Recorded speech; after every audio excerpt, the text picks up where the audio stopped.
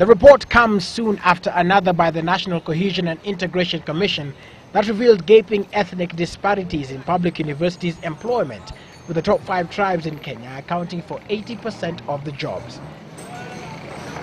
The statistics now presented by the Parliamentary Committee on Equal Opportunity in an ethnic audit of the Kenyan civil service reveal more or less the same thing and confirm the fears expressed by the NCIC.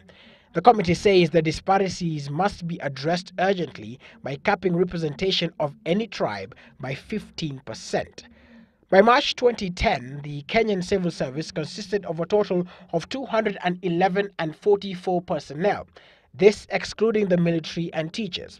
Now, the top 10 communities take up 186,376, which is about 88.3% of all the total jobs in the civil service.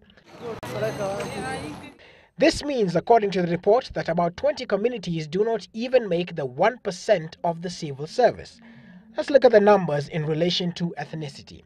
The top 5 communities once again take up the bulk of the jobs in the civil service, with the Kikuyu taking 22.34%, the Kalenjin taking 15.1%, the Luya 11.31%, the Kamba 9.71%, the same as the Luo, who are 9.71% as well. What this means is that all the tribes have either been overrepresented or underrepresented. Now, the Kikuyu, for example, form 17.7% of the total population, but are 22.3% of the civil service. The Kalenjin population is 13.3% of the Kenyan population, but forms 16.7% of the civil service. And so, according to the report, these two tribes are overrepresented. Interesting to note also is the Boran community that is also overrepresented with about 1.2% of the civil service. Those underrepresented include the Kenyan Somali, the Luya, and the Luo. The report shows that disparities cut across the different job groups, including seniority. This was noted as key since job groups matter because those at policy level make decisions or facilitate the making of decisions that are implemented by others.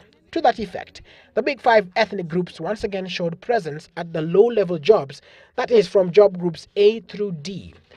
Here, the community with the highest presence was once again the Kikuyu, followed by Kalenjin, the Luya, the Luo, then the Kamba, in that order. And those with the largest pie, it was the same script, different numbers. The Kikuyu having the most at 19.79%, and the Embu having at least 1.82%. Also interesting to note was the effect the disparities bore on power and influence.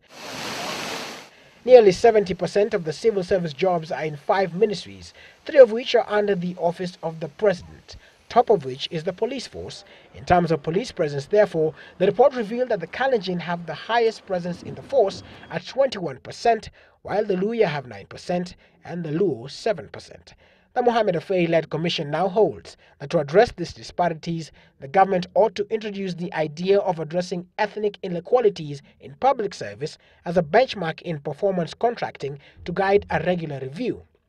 Furthermore, the government should present a certain constellation of ministries based on their strategic importance or resource base from being dominated by one ethnic community. When this is done, they believe the elusive balance will finally be achieved.